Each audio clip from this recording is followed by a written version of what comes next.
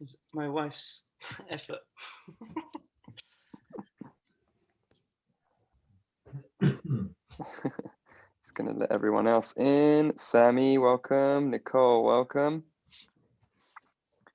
Seems like Yeah, sure. Good to see you. This is a very popular topic. Okay. Let's begin, shall we? Good evening, everyone. Thank you for joining tonight. Our topic tonight is about Kabbalah, but the particular issue that we are going to be looking at tonight is not just Kabbalah, but how Kabbalah is to be addressed with regards to Halakha, and specifically, how do the Sephardim deal with this? And that is in and of itself a complicated question, because it is here, and this is a wonderful point, right? A wonderful subject to kind of bring this out. The question is which Sephardim? Because Sephardim address it differently, classically, right? So that is something that we're going to need to look at, right? And try and understand and really question why it is that different, groups among the Sephardim deal with Kabbalah differently. And so we're going to have to look at that. Now, what I've decided to do tonight is to base it, because this is part of a series, just in case, not everyone is aware, it's part of a series. We're looking at Teshubot, written by various Sephardi Hachamim, and we're using these Teshubot in order to be able to plot points in pattern, right? So we're trying to be able to find pattern in the thoughts among the Sephardi Hachamim that we're looking at, and to see from these Teshubot key posts within a pattern, or key aspects within a pattern, that okay, I'm gonna need everybody to mute. Not the work for Leslie, but he does some work.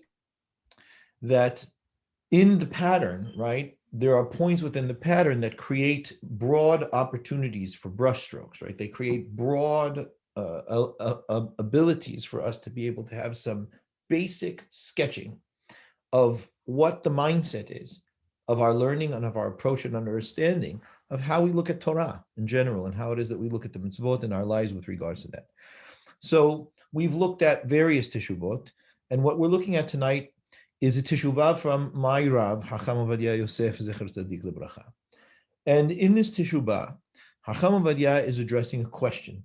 The question is a specific question, but it is within this question that we are looking at a specific concept. The question itself is, do we say the beracha me'en sheva, which is the beracha that we say on a Friday night after saying the Amidah, right, the silent prayer, as a kind of repetition? It's called me'en sheva because it takes the 7 blessings of the beracha and turn it into one with a summary.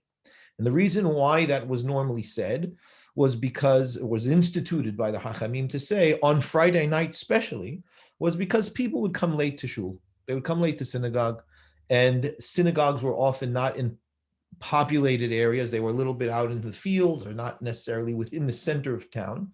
And in order to be able to make sure that people did not end up walking home alone and endangering themselves as a result of walking home alone, the Hachamim padded the prayer with this beracha me'en sheva, so that when people came late, they would be able to leave with everyone else, because the prayers would be padded there with this prayer that they added, which would give a little bit more time for people to catch up and everybody kind of ending walking home together. The question is, should this prayer be said? And by the way, I'm just giving you the reference for what we're reading. We are not going to look at that law at all. I'm just telling you the context within which the Teshuvah is coming. And the question that Hacham Obadia is dealing with in this Teshuvah is, should this be said on a Friday night that falls out on the night of Pesach as well? Do we say beracha me'en sheva when Friday night? Normally we would say it on a Friday night, but when the Friday night is Pesach night, do we say the me'en sheva? Why wouldn't we say the me'en sheva? Because there is tradition that on Pesach night, Bnei Israel, the people of Israel, have full protection of HaKadosh Baruch Hu, because it's a Leil Shimurim. And so the beracha me'en sheva is not necessary. And so there is an argument among the Hachamim. Some of the Mekubalim say, and even that's not necessarily clear, that the beracha me'en sheva always needs to be said no matter what. Whereas the Pashtanim, the people, the regular poskim, who do not necessarily have inclination towards Kabbalah say, no, on this night doesn't necessarily need to be said. So there's a whole argument, but because the Mekubalim voice an opinion on that issue, Hacham Obadia dives into this question of when Kabbalah poses opinion in Halakha, and it contradicts what the poskim that are not necessarily engaged or drawing from Kabbalah for their legal rulings, right? So when we have a group of rabbis that are drawing from Kabbalah for their legal rulings, and a group of rabbis that are drawing from basic legal literature for their legal rulings, what takes precedent? And it would seem simple enough that the legal rulings based on legal literature should take precedent because Kabbalah is not a legal corpus necessarily. At least it's not put out that way on the surface. And yet, there are Mekubalim who say that no, Kabbalah needs to take precedent always. And if we have something that Kabbalah says should be a law, that should take precedent over everything. We're going to have to understand why that is, right? Why it is there's thinking this. And the reality is, we're calling ourselves a Sephardi Chabura. We're talking about classic Sephardi approach. And yet there's this issue within Sephardi Torah or approach to Torah we really have to decide, we have to deal with and understand. So Hacham Obadia himself, we're going to see how he deals with this, but Hacham Obadia holds that this idea that Kabbalah should override the legal system and process of dealing with and adjudicating Jewish law is unacceptable, and it is not to be admitted in the judicial process. Now, what we are going to look at is one section of his legal treatment of that original question of the Beracha Me'en Sheva. The section we're going to read has nothing to do with Beracha Me'en Sheva. The section we're going to read has to do with another issue, and that he brings it in the middle of his legal discussion. What is this issue? The question of the Beracha of Birkot HaShahar, right? When we're saying the morning blessings, we're going through them. Yeah, Bokeach Ivrim, Noten Zechvim Minachim Yimayim, Zokef Kefufim, Malbish Arumim. There's a Beracha, Hanoten Naya'ef Koach, right? Which literally means, it comes from Pasuk in the Navi, which means God gives the tired strength. The problem is, and this is all introduction so that when we come in to read the tshuva, we know what it is that we're looking at. The problem is that we have a principle that we do not normally say any berachot that were not established in the Talmud to be said. In other words, if the Talmud does not say to say a beracha, we don't say the beracha. Now, Talmud writes, what are the berachot of the Shahar? Which berachot should we say in the morning? And interestingly, the beracha of Hanoten Laya'ef Koach is not mentioned in the Talmud. And yet, so many people, Sfaradim and Ashkenazim, say in their berachot Shahar, Hanoten Laya'ef Koach. So Hacham Obadia wants to explore in the middle of his discussion of the Beracha Me'en Sheva, why do we say Hanoten Laya'ef Koach? Why is he bringing in this into the question of Kabbalah? Because guess what? The Mekubalim also say that Hanoten Laya'ef Koach should be said, even though it's not mentioned in the Gemara. Yes? Okay. So that is where the Teshuvah picks up, right? Where we're going to be reading picks up from there. Should Hanoten Laya'ef Koach be said just because the Mekubalim say that it should be said, specifically the Ari Rabbi Yitzhak Luri Ashkenazi? Does his word override the normal principle that we have, that when a beracha is not mentioned in the Talmud, we shouldn't say it? Now, one more thing before we get into the nitty-gritty, and that is another principle. And the principle is, and many of you will have heard this before, when it comes to berachot specifically, right, saying blessings, which means that we are taking God's name in this blessing, right? We're saying Baruch Atah Hashem Elokeinu and saying God's name out. We have a rule, Safek berachot le'akel, right? The poskim will call that sabal, in short form, right? Because it's a Rashi Tevot, Samech Bet Lamed. Safek berachot le'akel. What is Safek berachot le'akel? If I have a doubt as to whether I should or should not say a beracha, even if that doubt is arguments between rabbis, between authorities, right? Certain authorities say to say the beracha, other authorities say not to say the beracha. When it comes to berachot, I refrain from saying it. Why? Because I may be saying God's name in vain. In other words, if the rabbis who say not to say it are correct, well, then I'm saying God's name in vain. And this is something about the Sephardim, which is important to mention about the Sephardim in general. We hold the prohibition of taking God's name in vain much more severely than the Ashkenazim do. And I'm not just saying that as a cultural thing. We take it more severely because we learn the origins of the prohibition differently. The Sephardim, based on Harambam and the Shulchan Aruch, understand the prohibition of taking God's name in vain to come directly from the pasuk of the Ten Commandments, Lo tishat Shem Adonai Elohecha lashav. You are not to take the Lord God your name in vain. The Ashkenazim do not learn it from there. The Ashkenazim learn that that line in the Ten Commandments is talking specifically about swearing falsely in God's name and nothing else. So to just say God's name without reason does not fall under that prohibition of the Ten Commandments. It comes from another place. Where do the Ashkenazim learn this prohibition from? They learn it from a positive commandment, not a negative commandment. They learn it from the commandment that tells us, Et Adonai Elohecha Tira. You have to have fear of the Lord your God.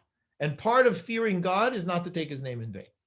So that's a very different thing. The Sephardim look at it as equal to swearing in God's name falsely to say a beracha that's not needed. The Ashkenazim look at it as you didn't have proper reverence, and it's a positive commandment. So that manifests legally very differently between the Sephardim and the Ashkenazim, which we're not going to get into the nitty-gritty details tonight, but it's nonetheless an important concept to know before we get into the Teshubot. So being that that's the case, if I have opinions that say, Hanoten la'yarev koach should be said, and opinions who say Hanoten la'yarev koach should not be said, I should implement the principle of Safek Berachot Le'akel. We have a doubt here. Don't put yourself into trouble and possibly take God's name in vain. Don't say the beracha. Except that there are those who say that when the rabbis who say the beracha should be said are Kabbalists, and they are coming from in the authority of Rabbi Yitzhak Luri Ashkenazi, the Ari, it overrides everything, even the possibility of taking God's name in vain, and the beracha should be said. And so Hacham Obadia comes now to deal with that question. Do we say Hanoten la'yarev koach because the Ari said so? Or do we maintain our legal principle of Safek Berachot Le'akel, that when we have doubts in Berachot, no matter who says it, we refrain from saying the beracha so that we don't enter into the problem of taking God's name in vain. I hope that you followed me on that, because this is now where we dip into the Teshubah. So what I have here, I'm going to put on your screen the actual Teshubah, because I have all of the Teshubah of Hacham Obadia digitized, thankfully. And I'm going to share the screen so that you can follow along with me in the reading. Okay? And it's not terribly complicated, the reading, even though normally a Bi'almer is quite complicated.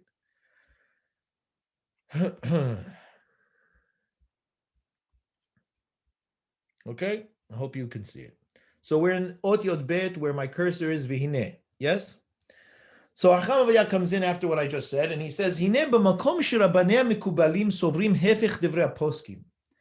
When the mikubalim, the Kabbalists, have opinions that are the opposite of the opinions of the legal rabbis, right? Of the rabbis that are dealing legally with their basis, not from Kabbalah. Even that is an argument. Should we rule like the Mekubalim, or should we rule like the basic what we call Pashtanim? We call them Pashtanim, right? It means the rabbis that deal with Pshat, right? Basic levels. So do we rule like the Mekubalim, or do we like the Pashtanim? So a major figure in this argument is the Hida, right? It says Yidurim Divrei Hida. Who's the Hida? Rabbi Chaim Yosef David Azulai, lived in the 18th century, was born in Eretz Israel, and he went around the known world collecting for the poor people in Eretz Israel. I always tell the story about the fact he wrote a diary, he wrote a journal, in where he chronicled all of his travels, and he writes that some very interesting things, many, many interesting things, but one of them is that he wrote that he visited London. And of course, there was only one community in London, that was our community, the S&P community, and he went to see the people there at Bevis Marks, and he asked to see the Ma'amad. And the Ma'amad refused to see him because they heard he was collecting tzedakah. But in the end, he pressed and pressed, and they finally saw him, and they gave him money, to bring back to the Aniyim of Eretz Israel, and they lived happily ever after. So the Hida stands for Hayim Yosef David Azulai.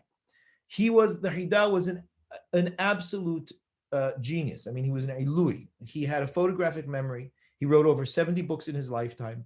In his travels around the world, he saw many, many manuscripts and committed them to memory when he was traveling. And so he had a huge library as it was, but he also had a tremendous memory for these manuscripts. And now that we actually have these many of them printed, we see that he had accurate memory of all of them.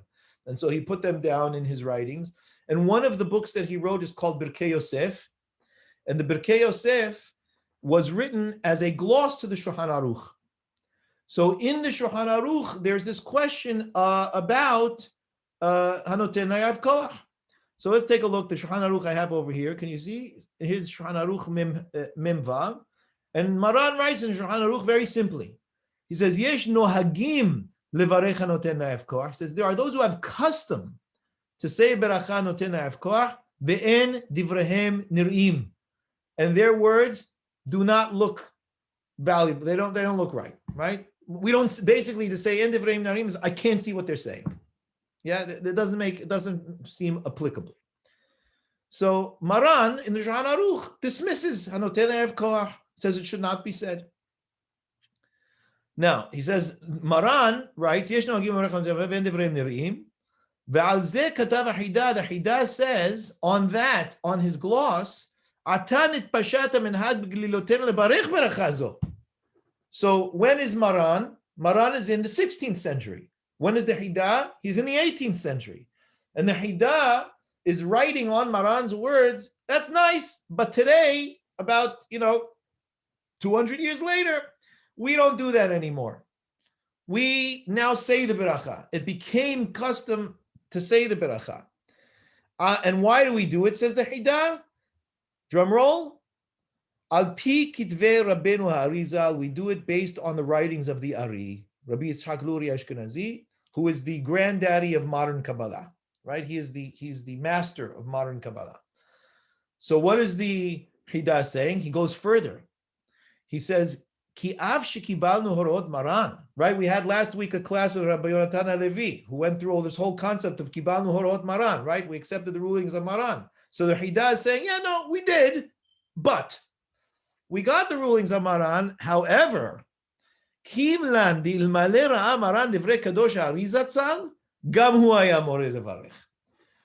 accepted that if Maran would have seen the words of the Ari, he wouldn't have written what he wrote. He would have accepted the words of the Ari. Which is, it's shocking to say such a thing. Because how do you know what Maran would have accepted? That is what we would call divrei neviut, right? That's prophecy, to say that, oh no, I think that we're going to change the halakha. We're going to say a beracha with God's name, even though it's potentially taking God's name in vain. And we're going to say that if Maran would have seen the words of Rabbeinu Ari, he would have agreed to the words of Rabbeinu Ari.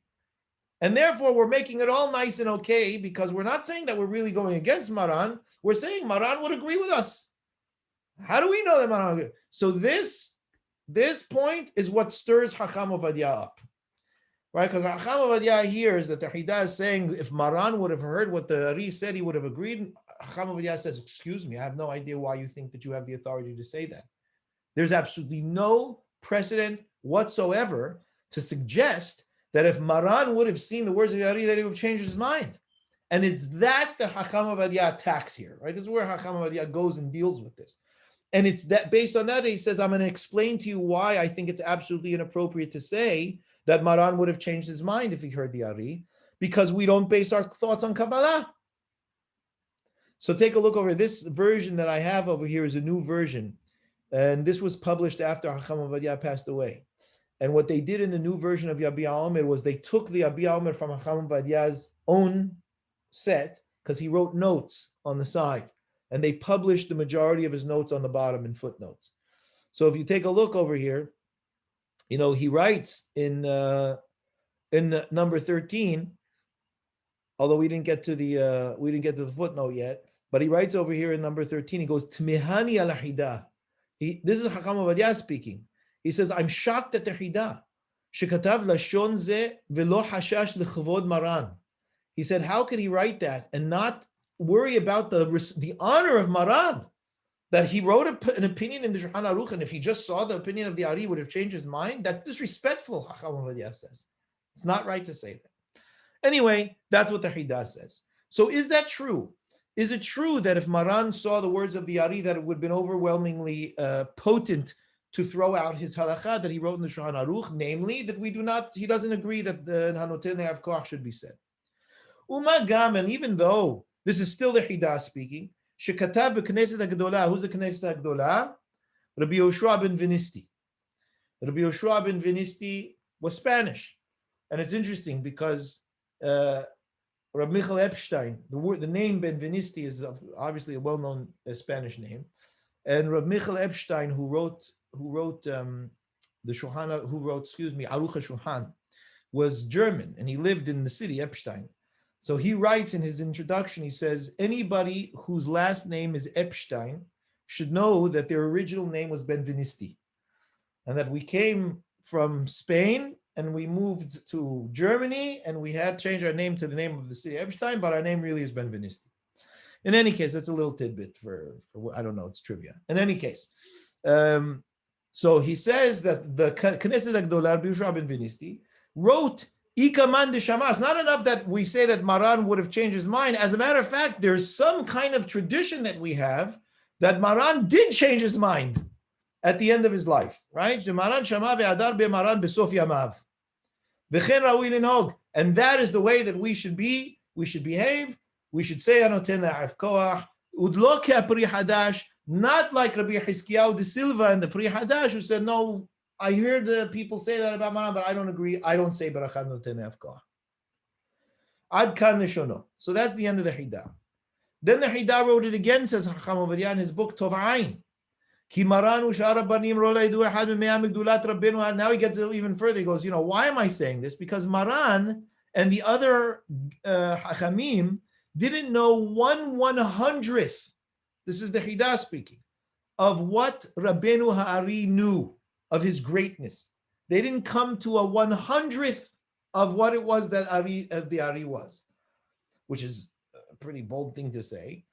He says, "Vehen be'avon noach nafshe de Ari zal b'mei Maran," and yet there was an avon that occurred, and the Ari died in the days of Maran. By the way, for those who don't know, the Ari was a contemporary of Maran, and they lived in Sfat together for 1 year and 10 months.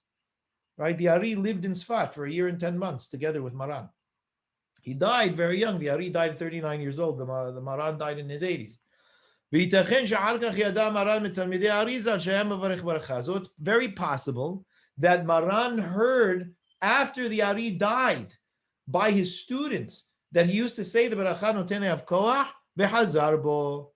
So here's in the 13 where Chacham Obadia says, I cannot believe that the Hida wrote that about Maran and was so disrespectful, that he was 1/100th of the Ari in his greatness. Now, he says, Nimshach harav hagon ba'az dehemed. This dehemed is Rabbi Hiskiyahu Medini, 19th century, lived in Hebron. B'shut Mechtav and Hiskiyahu b'shut Orli. He also says we should say the Barachat Noten Le'av Koach against the Shulchan Aruch. And essentially, it's not only against the Shulchan Aruch, it's saying that we do not employ the principle of Safek Barachot Le'akel against the Ari. That means that the question of taking God's name in vain takes a back seat to the words of Rabbi Yitzhak Luria Ashkenazi, the Ari.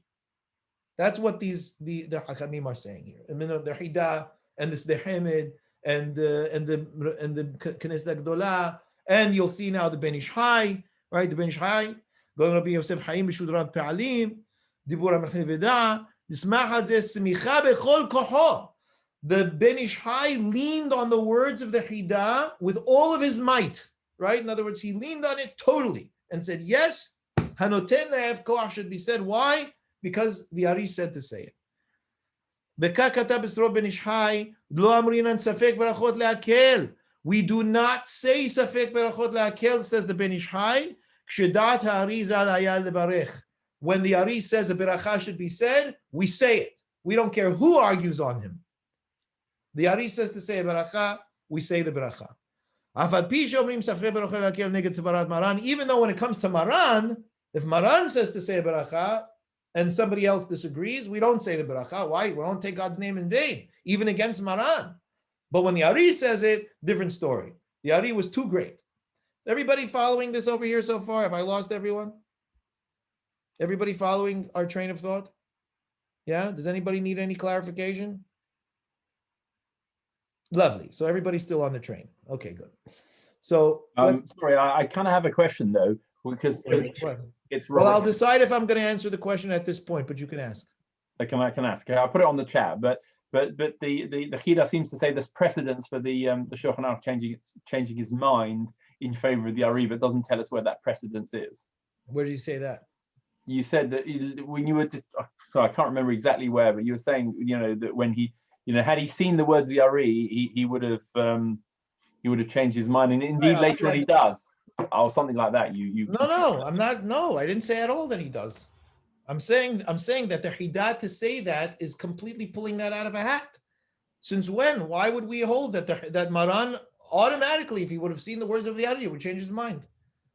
That's what the Hidah is saying. Yes. But we're saying from where? What is the evidence of such a thing? There is no such evidence. It's just simply saying it can't be that that Maran would know how great the Ari was and not capitulate to the Ari's words. So that is what Hacham Obadia is going to address. Right now, he's just setting it up and saying, look, people say this, right? Not only the Hidah, the Knesset Gedolah says this, the Rabbi Hizkiyahu Medini says this, the Ben Ish Chai Samach Bechol Koho, with all of his might, he relied on the Hidah saying this, that this is the way that it should be, that when the Ari says to say a beracha, there is absolute capitulation. There is no question. We take God's name in that beracha without regard of saying God's name in vain. God in his heaven, and all is well, and everything will be okay because we listen to the Ari. That's what the Hidah is saying. So there, Hacham Obadia is saying, I'm sorry, but no, that's not acceptable. I'm going to show you now. Now we have to see why is it that Hacham Obadia holds that A, it's not acceptable, and B, it's certainly not the case that Maran would have changed his mind. So back to screen share.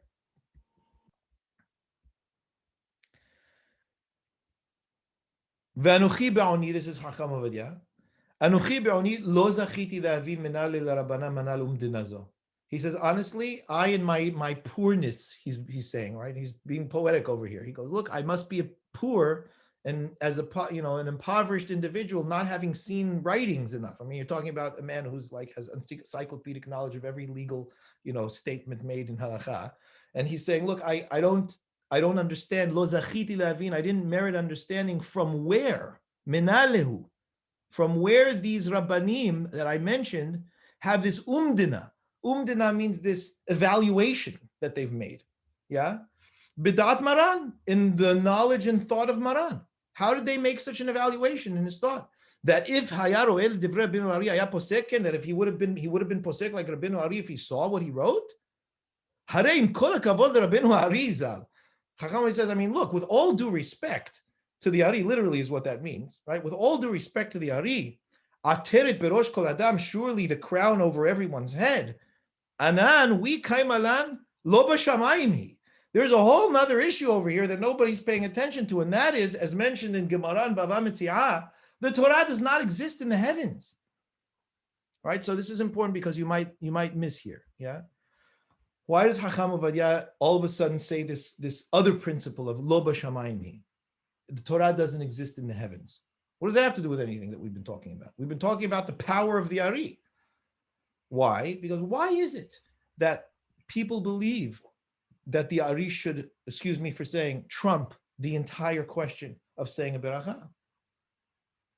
They believe it because they believe that the Ari's Torah came straight from the mouth of Eliyahu Navi, and that everything that the Ari wrote was revealed to him by Eliyahu Navi. And that if that is the nature of the Ari's Torah, and he got privy information from on high, that the beracha v'noten la'av koach should be said, well, who are we to argue with heaven? Now, it's very important to understand, and since we are talking about Sephardim over here, okay, I'm like bringing this along with our discussion because this is, based on how does Sephardim look at this. Not everybody believed that the Ari received everything that he received from Eliyahu Navi. That is specific to the Sephardi Hachamim, who believed in the Ari's Torah, right? So our guys, right, for lack of a better term, so the Hida and the Ben Ish Hai and Rabbi Haim Palachi and all of the Kafahayim, Sofer, right? Rabbi he's on my bookshelf on this side. Yeah.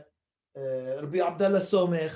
Yeah. All of, especially, the Baghdadian ones who were Rabbi Eliyahu Mani, yeah, who were in Baghdad, who definitely followed the Ben Ish Hai in his thought, which was relatively recent, right?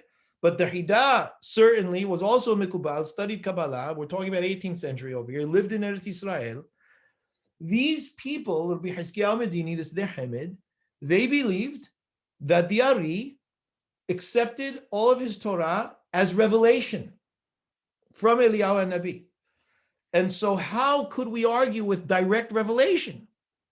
Yeah, that in and of itself is questionable, right? How is there revelation or isn't there revelation? If so, what kind of revelation is it? That's its own discussion. But let's just take for granted for a minute that it was such.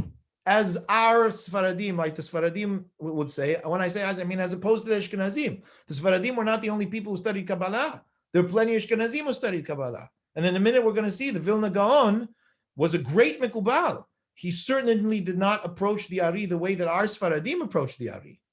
Hook, line, and sinker with, almost blinders and saying, no. Once the Ari says something, that's it. There's nothing else that we can say. Which Hacham Obadia is going to bring. So Hacham Obadia is very interesting because Hacham Obadia is a Baghdadian rabbi, right? He comes from that line. Except that Hacham Obadia was very concerned and was very protective of the law. And he was concerned about mixing metaphysics into legal discussions. And because he was a legal purist, he did not feel that it was appropriate that the Hachamim, like the Hida and the Ben Ish Hai, and so on and so forth, like he's bringing over here, should bring that into legal discussion, especially when we're dealing with God's name, right? Taking God's name in vain, and the severity of swearing falsely in God's name. So Hacham Obadia is here leaning away from the mystical tradition that is all-encompassing and quite powerful in Middle Eastern rabbinic thought. Yeah, Hacham Obadia is moving away from that, and he's putting himself, watch what he does. In order to do that, he has to essentially align himself with Ashkenazim. Watch what happens over here, yeah? So what he does is this. This is what he says. Oh, sorry, I got to put it up on the screen for you again.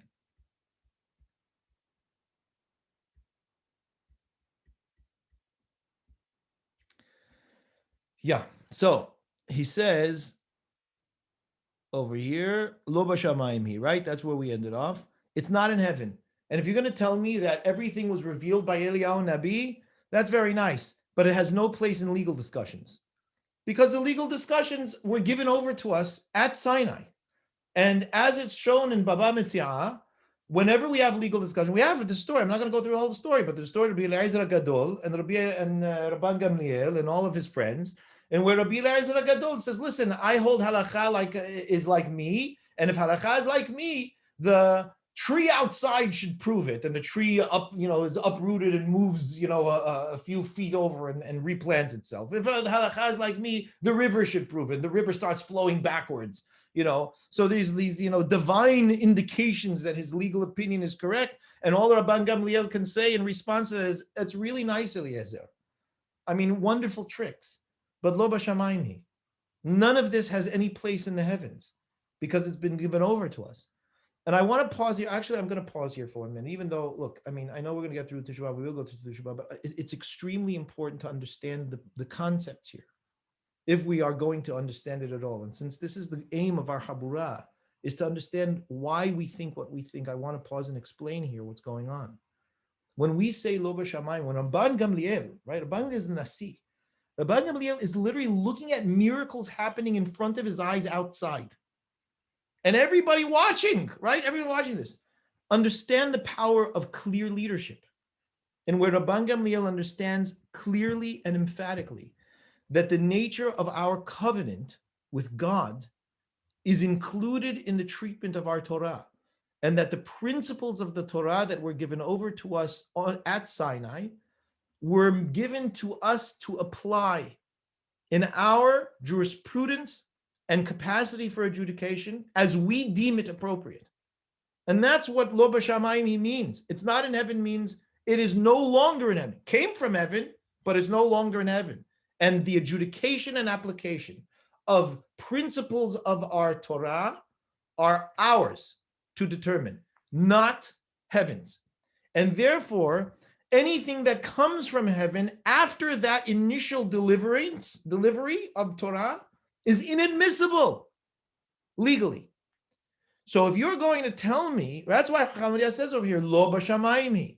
If you're going to tell me that the Ari's Torah comes from the mouth of Eliyahu Nabi, and Eliyahu Nabi is not standing as a man on earth talking to him, and he's speaking as an angel from on high, it's lovely, it's powerful, it's thrilling, it's exhilarating, it's moving, it's holy, it's inadmissible legally. It is not to be brought in to legal discussions. And that's what Chacham Obadia is pointing out over here. So no, my friend Hida, if Maran saw what Rabbeinu Ari said, he most certainly would not change his mind because it's inadmissible. And by the way, I'll tell you, we know clearly, you talk about precedent, Robert Sassoon. The precedent with Maran is quite the contrary, because Maran himself spoke to some divine muses, right? There's a whole tradition that we have that Maran had a Magid that he spoke to, that spoke to him. And an interesting thing that we have in Hilchot Nidah, by the way, which has to do with a hatzitza, with a nail, right? With a woman has a nail that is partially off and not completely off. What's the halakha? There's two opinions. The Magid says to Maran, the opinion A is the appropriate opinion. And how is Maran posek in the Bet Yosef? Like opinion B, not like opinion A. Even though the Magid told him outright that opinion A was the right opinion. Maran was like, well, that's very nice, but law doesn't go by the Magid. I mean, I can get all kinds of advice and interesting spiritual guidance by the Magid, but you will not be posek my Bet Yosef. The Bet Yosef is mine to be posek. And it's clearly put out in the modern Bet Yosef that was printed by Machon Yerushalayim. In any case, so that we see that Maran most certainly would not have listened to the Ari if he saw what the Ari was saying, unless there was legal reason for it. And that's true. Like I said, if Eliyahu Navi was in human form and speaking, well, then his opinion would be considered among everybody else's, like the regular legal discussions are. So that's why Chacham Obadia says lo b'shamayim. And did he No, not now. I'm sorry, not now. So we have to carry on. I will listen though. If you have something, we can talk about it afterwards. Right. So now Chacham Obadia starts getting into it. He says, from where do you learn that we should leave aside all of the words of the poskim, the famous poskim, and why are they famous? Because of the strength of their capacity to deal with law. And all of a sudden, all of them should be pushed aside, and we should grab the words of the Arizal, as though it's a halakha was given to Moshe directly from Sinai. What's more, Harambam would reject this out of hand, says Chacham Obadia. I mean, we know what Harambam said in his Hakdaman to the Perusha Mishnah, when he's opening, talking about the Mishnah itself and our legal system. When a prophet has an opinion on law, but it is a prophetically based opinion, which means that it was revealed to the prophet. You're not allowed to listen to the Navi. It is inadmissible because it came from on high. Right? This is Harambam's word. Even if you had 1,000 Nevi'im of the caliber of Eliyahu and Nabi and Elisha, who were the highest level Nevi'im that we've had, and they all 1,000 of them, highest caliber prophets, hold one opinion. And then you have 1,001 Hachamim that hold another opinion, and therefore it's a question of who to be a posek line. Ahare rabim le'atot. You follow the majority. Why does he say here that you follow the majority? He's saying because the fact that the Nevi'im have an opinion is an opinion. And it will be considered like any other opinion. The fact that it comes from prophecy absolutely bears absolutely no weight. And even if it didn't come from prophecy, just that they're great Nevi'im, but they have an opinion, well, good. So their opinion will be considered like everybody else's and go through the legal process. It's like the 1,001 Hachamim, the Halakha, not like the 1,000 Nebi'im, Hanichbadim, respected as they may be. Ad kan nishono, that is the end of the words of Harambam. V'im ken, and therefore, says Chacham Obadia, I'm sorry to say, Af im Rav Gubre v'Heled Rabbeinu Ari, no matter how great Rabbeinu Ari was, and he was a great man, Kehad min Kamaya, like one of the earliest people in our history, great, right? Mikol makom, sheyesh poskim rishonim sheomrim lehefech. When other poskim say the opposite, vehem harov, and they are the majority opinion, as lenan batar ruba. We go after the majority, not after the Kabbalah. The Kabbalah does not have any precedent or greater force in establishing halakha than the legal opinions of the other poskim.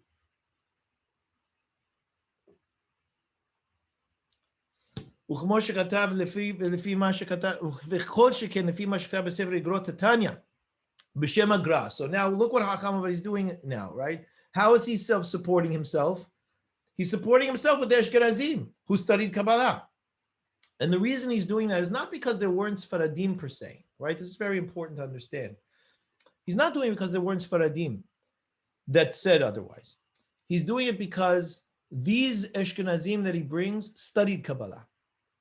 It wasn't that they didn't study Kabbalah. They studied Kabbalah. They held the Kabbalah very highly. They made it very much an integral part of their Torah, but they did not have legal rulings based on it.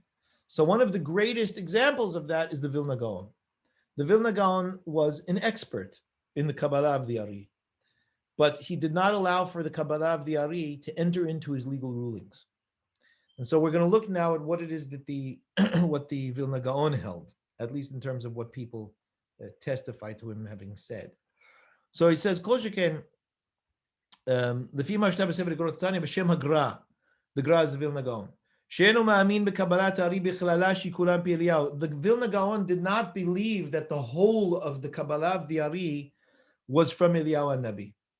Rak me'at miz'ir mipi Eliyahu. There was only a little bit, maybe some kernels that came from Eliyahu Nabi, but otherwise everything was built bechokhmato gdola, from his immense wisdom, which is not saying, a small thing. It's pretty powerful to build this entire, it was one of the, literally, the Kabbalah of Rabbeinu Ari is one of the most intricate and complex systems of thought ever devised by a human being. It's massively complex and systematic. But we do not have an obligation to believe in it. Hook, line, and sinker. Not only that, the manuscripts that we have are quite messed up. We don't have clear manuscripts that come down clearly for all of this. Rabbi Chaim Volozhin, who was the primary student of the Vilna Gaon, wrote in his introduction to the Sifra Desnirota, which is also a book on Kabbalah. Vimken, ma kol harida azot. This is Chacham Obadia talking. He goes, okay, so if that's the case, what's with all this shaking about? The Haredim, harida azot. Leaniach devrei kol poskim. You take words of all the poskim, uklalei adinim, and not only are the words of the poskim, the principles of law, right? That's what klalei adinim means. And you throw them all out in one fell swoop, mibnei svarat ha'ari, because the Ari had an opinion. That's what Chacham Obadia is saying. So Chacham Obadia says, I've already written this at length. B'shut Yabi Omer Chelek Aleph. B'inyan shut min hashamayim nemharim mamris. He says there's this Teshubot Shavot min hashamayim where Rabbi Merwez, Merwez, he had dreams and he would ask in his lucid dreaming questions. And whatever answers he would get from his questions, he would write in his book, in his Teshuvot. They're inaccessible. They're inadmissible. Excuse me. Halakha. Ubirartin and Chacham Obadia is saying, and I clarified, she'af bezeh yesh lomar lo b'shamayim. We don't accept it because lo b'shamayim. ושם הבאתי דברי החידה ז"ל, שכתב גם כן שאילו היה רואה מרן ז"ל דברי מרי מריאס, היה פוסק כמותו. The Hida said the same thing. He said if he would have seen שאלות תשובות מן השמיים, Maran, he also would have changed his mind. Yeah? וכתבתי להשיב על דבריו, and I answered it, דברים נכונים, I answered correct things, לפי עניות דעתי, as far as I understand them.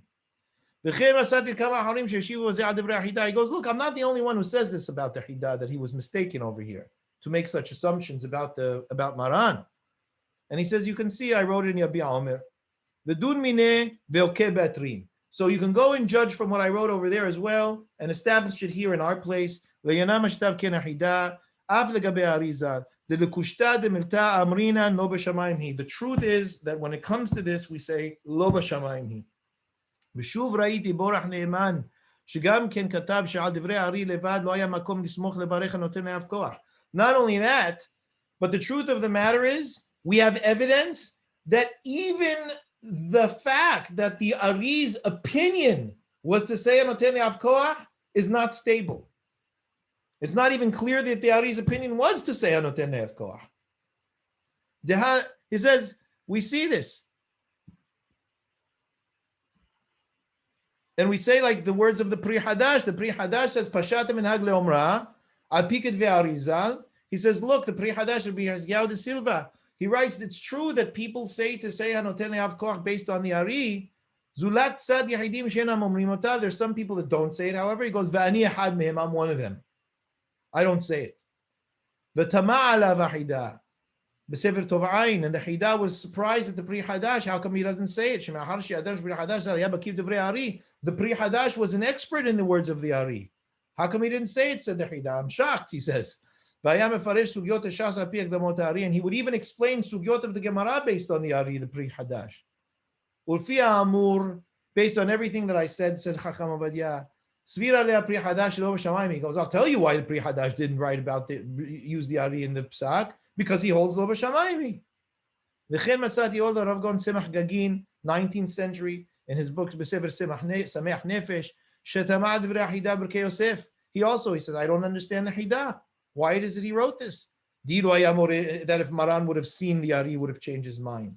Lo hashas safek berachot. What's the matter? We never heard of safek berachot le'akel before? How could he just throw that principle out of being afraid of saying God's name in vain because of the Ari? Goes,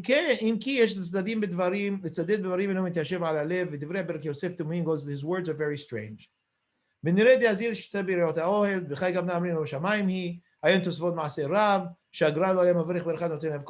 says in Maaseh Rav, which is a book that chronicle or that basically records the customs of the Vilna Gaon, and it says the Vilna Gaon did not say Hanoten le'av koach.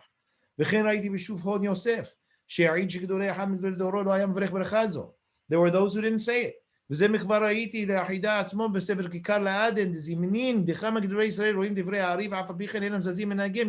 Hida said, look, the truth is, I've seen there were rabbis who saw the words of the Ari and they didn't change from their customs. And so on and so forth. So that's where we end tonight with Chacham Obadia. And if we're summing up, we recognize that Chacham Obadia's entire argument is Lo b'shamayim hi. But that's assuming that the words of the Ari are coming entirely from Eliyahu Nabi. And if they're not coming from Eliyahu Nabi, that's wonderful. But then we have rules. And he's subject to the rules like everybody else. And in this case, this particular issue, the rules are that when I have question to whether I should say bracha or not, even when Maran is of the opinion, and even when the Ari is of an opinion, we say don't say the bracha because we don't want to take God's name in vain. Is that clear to everybody so far? Does anybody have any questions, specifically what we've said up until now? Okay. So with the last 10 minutes, I want to suggest another aspect of this. I want to point out another aspect of this. Because there are other people here, not just the Ashkenazim like the Vilna Gaon, and not just the Ben Ish Hai. There's also the Western Sephardim. And the Western Sephardim, like Chacham Sasportas, who was a Mikubal, by the way. Chacham Sasportas studied Kabbalah, he was very, very serious Mikubal. He established that Kabbalah should not be included at all in the community. Now, the reason that Hacham Sasportas did that was not necessarily only a legal issue. That was something that Hacham Sasportas was very concerned about because of Shabtai Tzvi. Because Shabtai Tzvi used Kabbalah in order to be able to convince the entire Jewish world, hook, line, and sinker, that he was the Mashiach. So I want to put that on the side, because Hacham Sasportas, we talk about it in the Western Sephardi world, how rational we are and reason-based we are, and therefore we don't have Kabbalah. That's not the reason why we don't have Kabbalah. The reason we still, by the way, have certain things that are still Kabbalistic, even in the S&P, that were not touched by Hacham Sasportas. I'll give you a perfect example of it. And it's always usually around death, by the way, because people get so heebie-jeebied around death that that's the one place that they don't like to mess around with. There's a custom in the S&P to do what we call hakafot hamet, right? So we do these circles, we do these circuits around the dead body before burying the dead body. That is entirely Kabbalistic. There is no basis for it in legal terms whatsoever. And it's been done since day one in our community. There are literally etchings that depict hakafot hamet, that are done in London by the S&P community. And that nobody took away, nobody touched it. Everybody left it because, who knows what's going to happen with the dead and the souls and so on and so forth. So even that, the irrational superstitions creep in when we get to be a little bit nervous about what's going to happen. But for the most part, we don't have those things. The issue, I think, however, is broader than that. It's not just that we don't accept it from Shamayim, right? Remember, even if we hold the Vilna Gaon as an example, the Vilna Gaon, on the one hand, said that the Ari did not get everything that he got from Eliyahu Nabi, and at the same time said, I don't necessarily have to include the Ari in my legal rulings. There is a bigger issue here. And it does have to do with the nature of theory and practice, okay? And this is also a reason why, one of the reasons why, we are not posek from other things like Midrash, for example, right? There are elements of Torah that are, there are elements of Torah that are metaphysical in nature, right? That the way that they deal with things, or the manner in which they deal with reality, is metaphysical, which means that it is not concrete and practical. It speaks of things in theory, it speaks of things in esoterics, it speaks of things in philosophical terms that are abstracted ideas very often, and therefore also subtle ideas that require a great deal of reason, sensitivity to the nature of reality, of logical thought, in order to be able to genuinely bring down into their core established practical applications. And that is something that Harambam talks about in the opening. He doesn't stop talking about this in the opening to the Moreh Nebuchim. All he keeps saying over and over and over again, right? In the most simple terms, the way that I simplify it is, Harambam says, just because we think does not mean that we think correctly. And that when I deal with abstract metaphysical concepts, which are subtle and refined, I need to train my mind in order to be able to appropriately ascertain them and to incorporate them into my life and practice. And therefore, if we are going to address them and deal with them, we need to be able to prep ourselves to, first of all, deal with them and understand them, and second of all, bring them down to earth, so to speak. And because Kabbalah deals with those kinds of concepts, it is not a practical Torah. It is a metaphysical Torah. It is an esoteric Torah. It is an abstracted Torah. And therefore, and I tell you, I know there are people here, I'll give you an example, right? I know there are people here who've been reading a lot of Rabbi Faur lately, alav shalom, yeah? So I had this discussion with Rabbi Faur, and I spoke to him about it, the Ari's Kabbalah. He goes, I have no problem with the Ari's Kabbalah.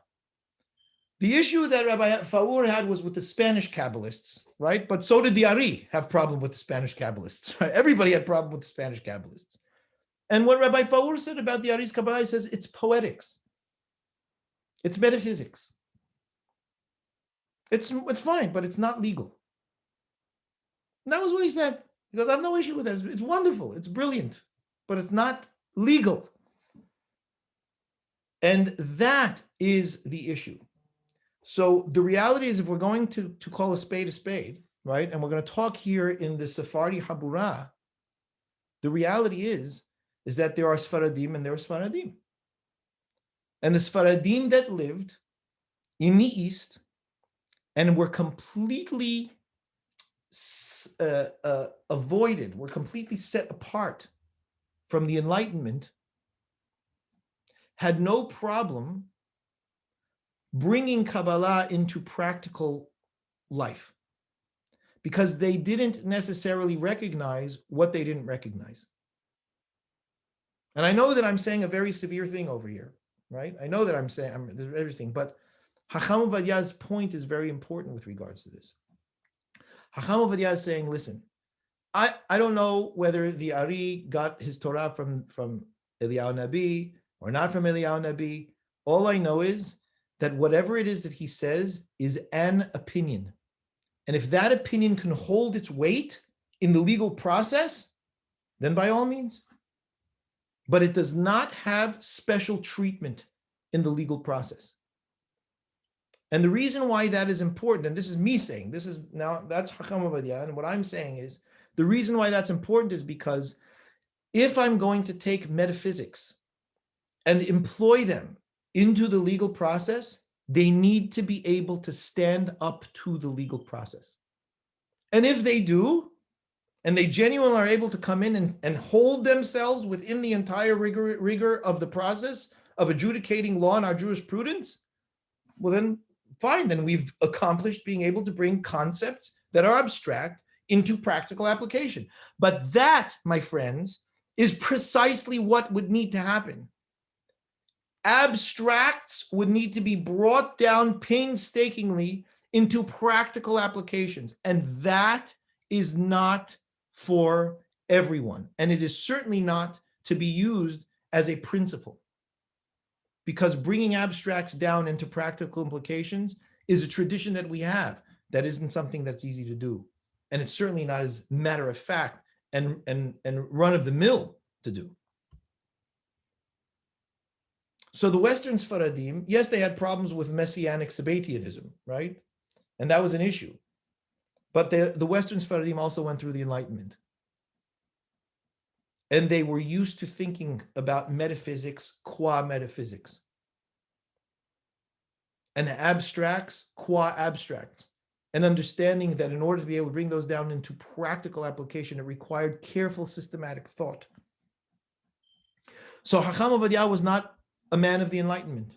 He would tell you that, and I'm telling you that. Nobody argues that. He did not come from the world of the Enlightenment. But he knew one thing. There is a legal process.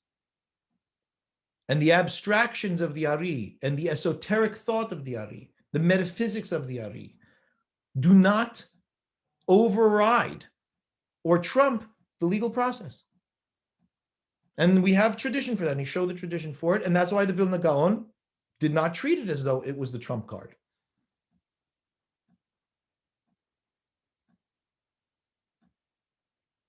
So I want to show you a bit, right? And those, I realize it's 9:30, so those who want to go absolutely can go. I mean, not that I'm holding you in any way, but I won't take it personally.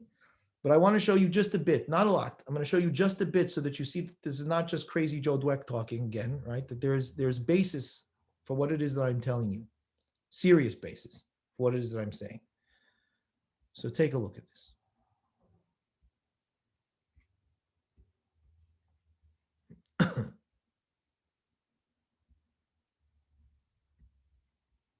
First of all, Rabbi Chaim Vital, who was the foremost student of the Ari, himself said, most people didn't understand my rabbi. So people read this, they think they understood it, most people didn't understand them. That's what he writes over here in his Hakdamah to the Shar Hakdamot. He says, look, as far as I'm concerned, I can tell you, I did not leave my master. I studied with him constantly.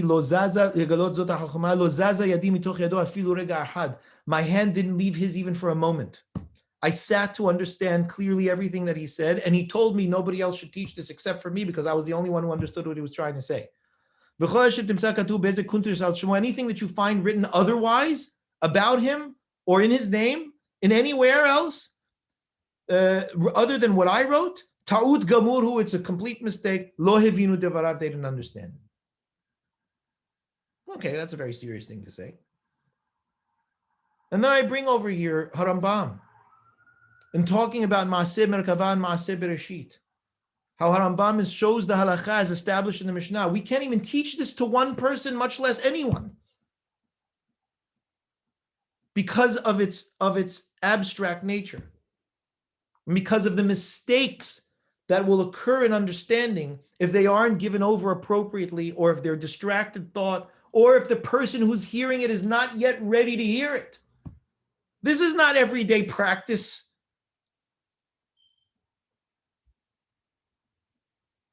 You have to set up your mind, says Harambam, in order to be able to deal with these kinds of things. And here I give you examples where abstracted concepts don't make it down to earth. So this is a Gemara in Berachot, and where God's talking to Moshe, and he says to Moshe, he's now on the mountain, right up in the skies. And God says to Moshe, he goes, look, I want you to go down and you tell Bezalel that he should make a Mishkan, a Shulchan, and an Aron. He should make the Mishkan, he should make an ark, in that order. Moshe goes down to Bezalel and he says, Bezalel, God said to make an ark and a Mishkan. And Bezalel says, it's impossible. God couldn't have said that. He goes, what do you mean? He goes, you don't make the furniture before you make the house. Obviously, you make the house first and then the furniture. And Moshe says, oh my gosh, you're right. Were you B'Tselel Hayita V'Yadata? Were you in the shadow of God when he said that? It's very interesting that he's in the shadow of God, not in the light of God, like Moshe. Why am I bringing this? Because Moshe was up there on the mountain, but when he came down, something was missing. When he brought it to earth, it didn't translate as he thought it was up there. Another story like that is with the menorah. It says that HaKadosh Baruch Hu wanted Moshe to make a menorah. Moshe goes up to the heavens, he sees the menorah. God says, make this. Moshe says, great, I got it. He goes down to the mountain, he can't figure it out. Goes back up again. Says, how am I supposed to do this? He goes, make this. God shows him the menorah. Moshe goes, okay, great, I got it. He goes down to the bottom of the mountain, he doesn't know how to make the menorah. And over again. This is the story. So finally, HaKadosh Baruch Hu says, just ask Bezalel, he'll do it.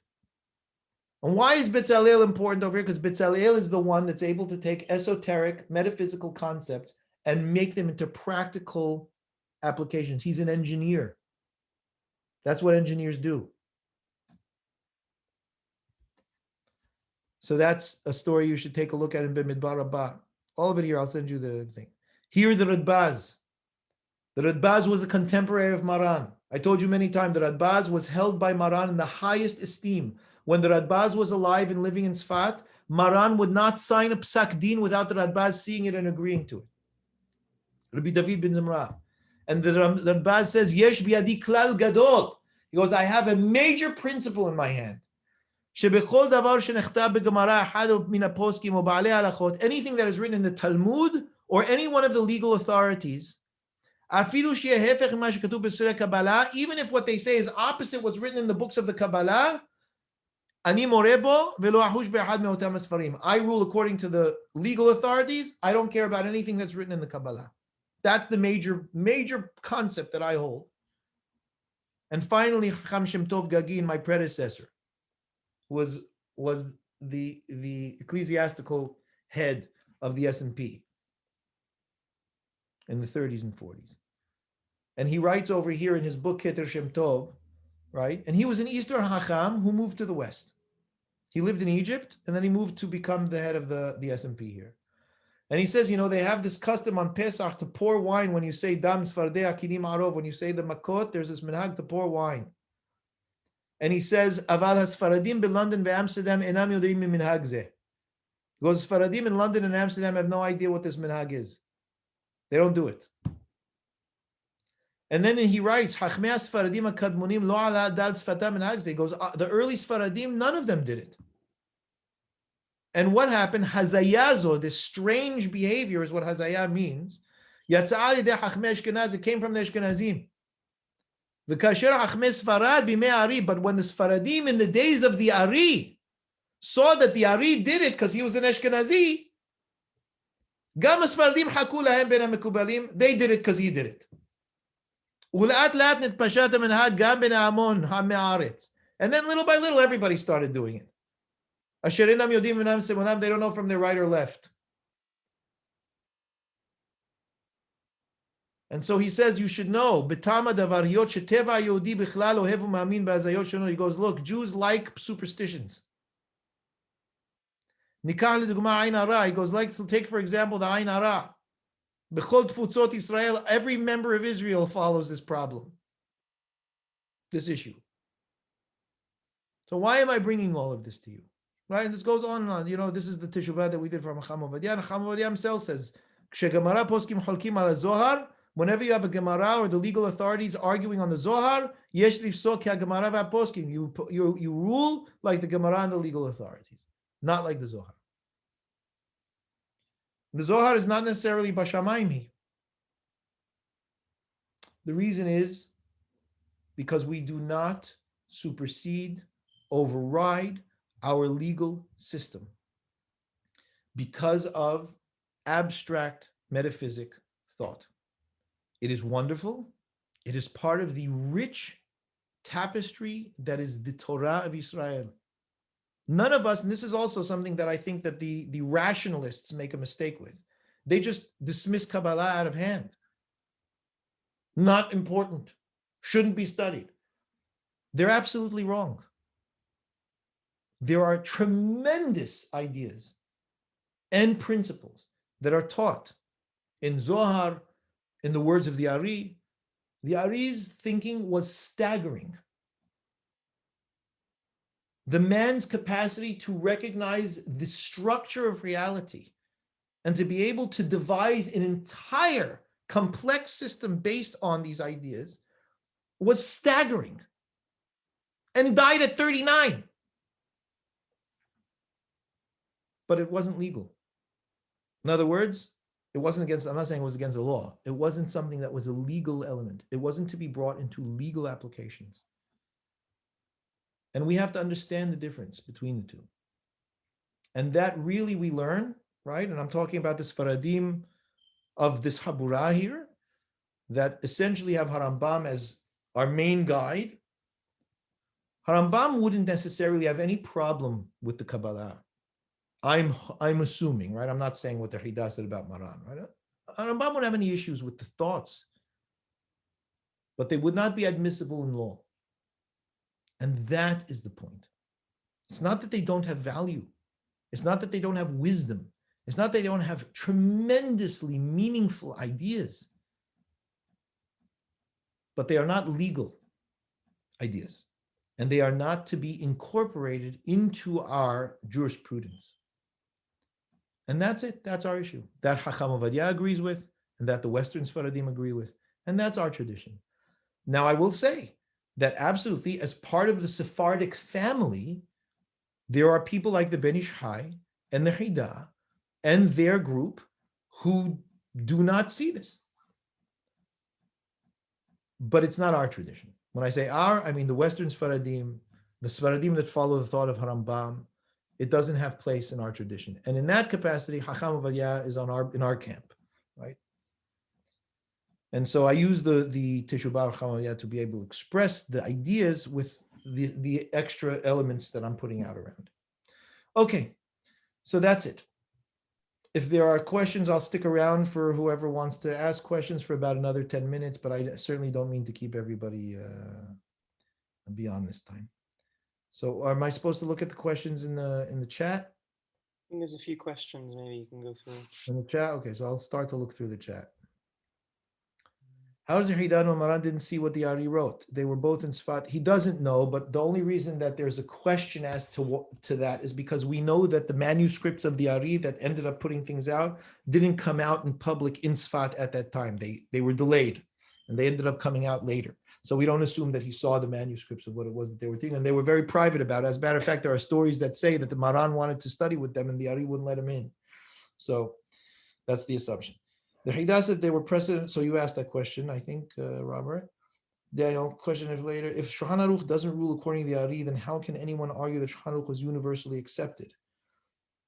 If the Shulchan Aruch doesn't rule according to the Ari, then how can that's always with caveat, Daniel, right? Anytime that we say something is universal, is always with caveat, and it's not universal. Yeah.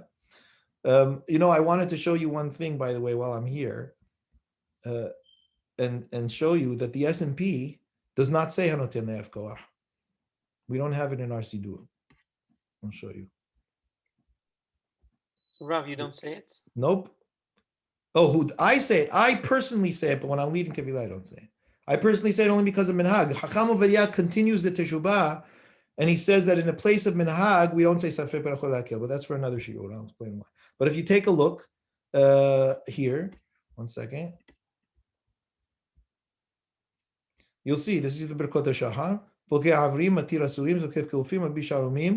Shear is normally where we put a Noten Le'ef Koach. There's not a Noten Le'ef Koach. It doesn't belong. We posek like Maran Shulchan Aruch. Yeah, we do a lot of things like Maran Shulchan Aruch. We also don't say, for example, the Barechu after the last Ta'alenu on Shabbat. Yeah, why? Because Maran is posek Shulchan Aruch. How many times you have to say Barechu? We have 7 Olim plus go up to the Torah. Everybody says Baruch Hashem, Baruch Hashem. How many times do you have to say Barechu? The only reason we say Barechu before the Alenu is because people might have missed the Barechu of Yotzer Or. But on Shabbat we have 100 people going up to say Barechu. You don't have to say it. So in the S&P we don't say it, except in Wembley because Dayan Toledano just changed everything, unfortunately. Neodati hadvarim pshutim ubrurim. What are you bringing here, family, Rabbi Elisha? What are you bringing me here? I'm not sure what you're bringing. Shlomo Saboni. Is there any proof that he actually received it all from Eliyahu? Of course not. Of course not. As a matter of fact, the truth of the matter is it's not even Rabbi Haim Vital, who was the student of the Ari, writes clearly. That's why he writes clearly in Shar Gilgulim. He says that the Ari would go to the Ari. The Ari would go. He would have a Gilui Eliyahu Navi, and all Eliyahu Navi would say to him was he was correct or incorrect. In other words, the Ari would study lines of the Zohar. He would spend all week delving into trying to understand a line of a Zohar, and then he would see Eliyahu at the end of the week, and Eliyahu would say, "You're right or you're wrong. Go back." That's the way that Rabbi Haim Vital tells it. So, what do those people who believe that Ari got his Torah from Eliyahu Nabi and makes his Torah superior to the existence of the Magid Meshari? What do those people who believe that Ari got his Torah from Eliyahu Nabi and that makes his Torah superior do with the existence of Magid Mesharim? You addressed this, Rav, I think. I think I did. I don't know. I hope I did. I think I did. Yeah. It was before he wrote. Yeah. Okay. Felix Afrain. How can we get Hacham v'Yas Sefarim digitally? We can't. It's a perk. Sorry, but one day. Simon Montague. So did Hacham Obadia himself not say Noten Le'ef Koach? He did. You answer that later. He said a Noten Le'ef Koach because of his minhag, because it was the minhag, but not because the Ari said it. Asaf. Was the Hida more influenced by the Hachamim in the East or by his North African roots as applying Kabbalah? So it's a very interesting question, Asaf, because although Maran Hida definitely said what he said over here with regards to the Beracha, he was not like the Ben Ish Hai. The Ben Ish Hai, for example, was much more influenced by the Ari in everything that he was posek. The Hida was much more limited. The Hida, in certain places, he held the Ari's psak that way, but otherwise the Hida was much stronger following Maran Shulchan Aruch than he was following the Ari. In the issues of Berachot, it was very strong. Surely the Rambam did bring metaphysics into the legal process. What about 13 principles of faith that has become part of our tefillah? That's custom. The 13 articles of faith that Rambam established were not legal principles, right? The only legal principle of it was to recognize that, listen, Moshe Rabbeinu, the Torah of Moshe Rabbeinu, if you did not believe in these 13 principles, then the law dictated what you do with such a person. But the principles themselves were not legal. They were concepts, they were conceptual. The fact that we say them in our prayers is entirely custom. First of all, the Yigdal is a poem, right? That's poorly depicts the 13 principles of Harabam, frankly. Right? They're not quite accurate. The poem is not quite accurate, but it's nice. And we say it and it reminds us. Yeah. Interestingly, the Ari wrote that the Yigdal poem is not based on truth, so you shouldn't say it. In any case, it's a whole playground with discussion on Hachamim. But we say it out of custom because these are our, it's our catechism, so to speak. Like these are our core principles, so we want to include them in our daily prayers and make sure that they're part of our liturgy, but not part of our legal system. They're super the system. Danjos, what about it? Everyone had principles. I don't know if you're talking to me or this is in the middle of a conversation.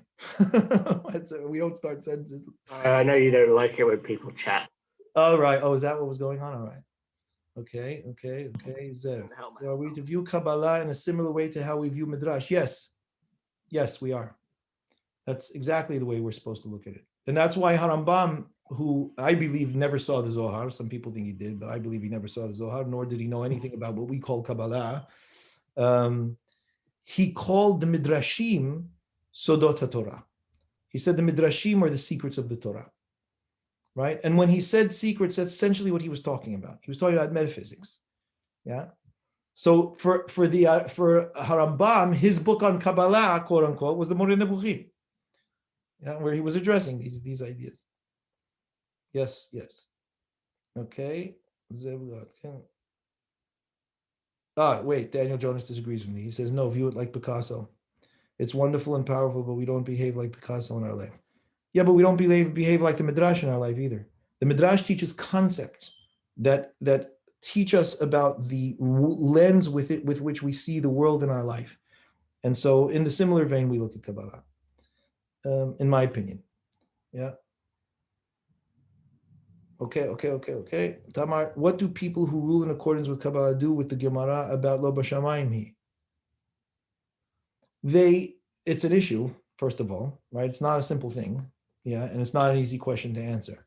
What they say is that these are not, it's not changing, they will understand it as a Navi essentially changing mitzvot, right? I come in and I tell you because God told me to do this, this is what you're supposed to do or not supposed to do in terms of the mitzvot themselves.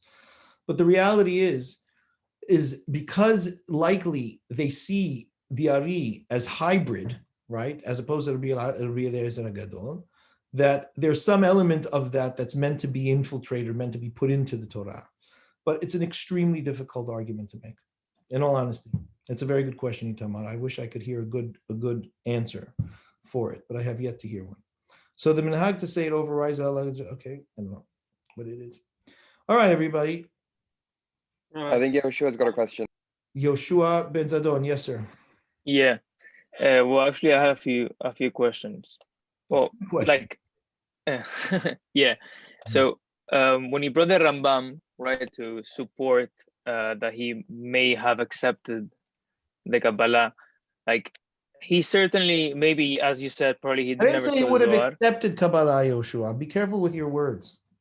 You said that he might have been. No, I said he wouldn't have had a problem with it. But also, like, I wanted to make a difference, if there is a difference, of the Kabbalah of the Zohar and the Kabbalah of the Ari, right? There was like what do you mean by a difference? I don't know. That's what obviously the Kabbalah of the Ari is much more developed than the Zohar. But the Ari is working off of the Zohar. So he's taking the principles or concepts of the Zohar and he's unpacking them and developing them and structuring them.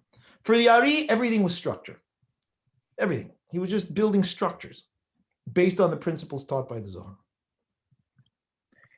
Okay. Now, going to the Teshuvah of Yosef, does he follow that rule all the time?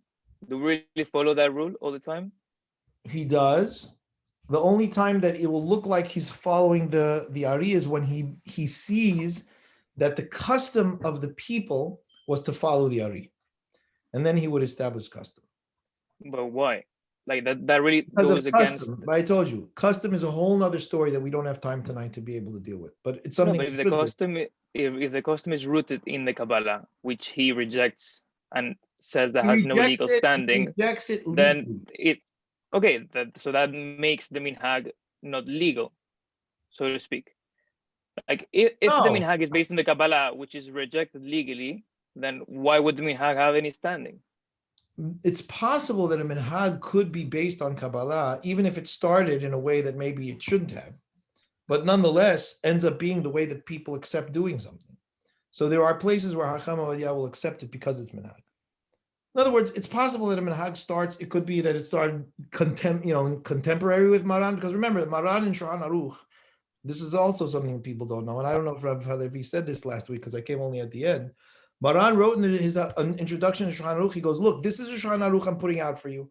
Everybody should practice this way, unless you have a custom otherwise. Unless you have a custom otherwise, and do your custom. So it all depends on where the custom started and how they started. But the Ari was contemporary with Maran. So it's very possible that they'll look like Simchat Torah. Simchat Torah started then. Who was doing Simchat Torah? I mean, they had all kinds of crazy practices, but the practice that we do for Simchat Torah today is basically the Ari. It's what he did and what he wrote. And so it's not necessarily going against anything, and it's not necessarily compromising anything. Here, this is a very good example. Here, I'll give you an example, right? The tzitzit. What does Rabbeinu Ari say about the tzitzit, and what does Maran write about the tzitzit in Shulchan Aruch? Who can tell me? Who can tell me? Let's see. Who can tell me? Challenge. Is it that you do wear them at night according? No, I'm not talking about night. I'm talking about how to wear the talit katan. Maran has an opinion, and the Ari has an opinion. What's Maran's opinion? What's the Ari's opinion? The Ari says to wear them inside, I think, doesn't he? The Ari says to wear them completely concealed. Yeah. And Maran says what? To wear them outside. Maran says to wear them on top of all of your clothes. Yeah. So the Shulchan Aruch says to wear them like the Hasidim do, right? The top garment is the talit katan. And the Ari says it should be completely concealed, tzitzit and all, the fringes and all, completely under your clothes. Right? Okay. So here's a question that does end up becoming an issue of custom. Why? Which is very different than the brachot. Why is it different than the brachot? Who can tell me?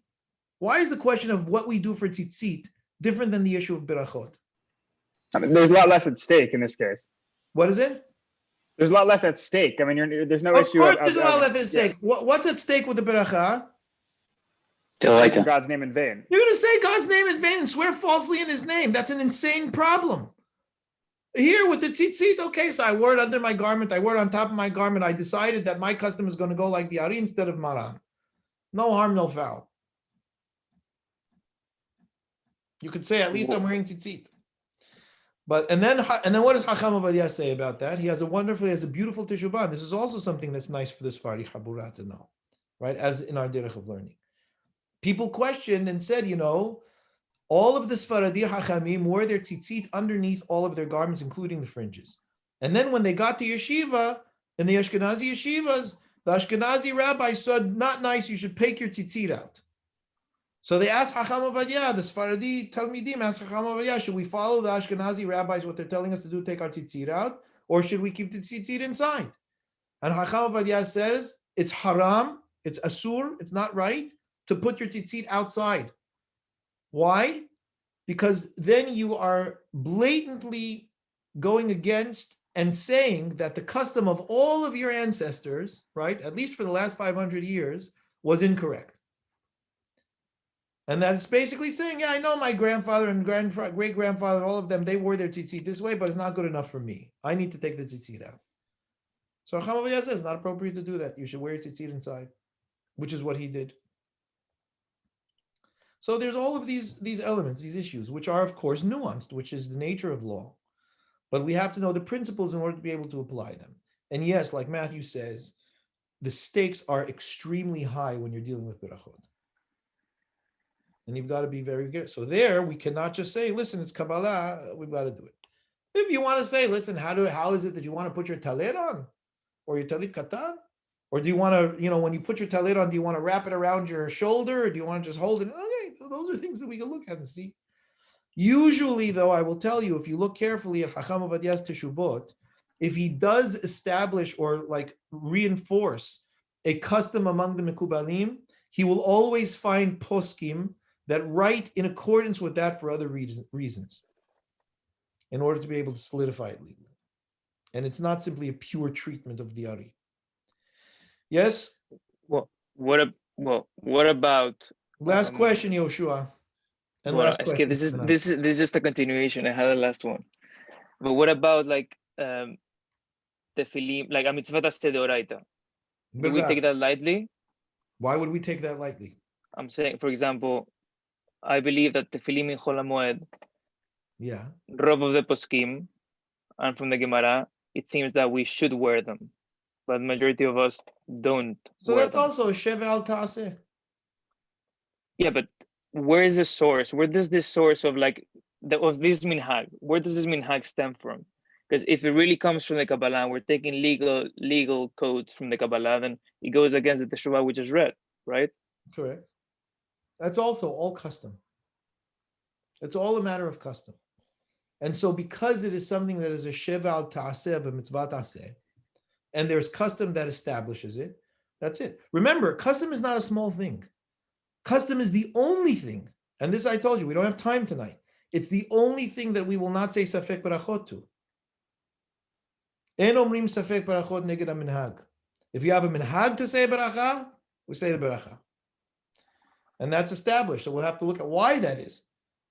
But it is. And without getting into details, the reason is because minhag establishes something as though it is not a doubt, as though it is absolute. And so we don't look at it as doubtful when the minhag is established. And so we have to understand that the minhag not to wear tefillin on Chol HaMoed became a very serious minhag. It wasn't a fly-by-night fringe minhag. So we do it. And because it's a Sheva al Ta'aseh, and because the stakes are not the way that they are with taking the beracha or possibly God's name in vain, we allow it. All right. Yes, indeed, Simon Montague. Hanach he says one of Chacham Obadiah's favorite lines. And on that note, may we all aspire to Nibuah. And I wish you a good night and thank you for your patience and for carrying through. And Bezrat Hashem, I will see you next time. Hazak Baruch, everyone. Kol Tuv. Thank you. And enjoy Chodesh Tov. We're just after Rosh Chodesh, but Chodesh Tov nonetheless. Good night.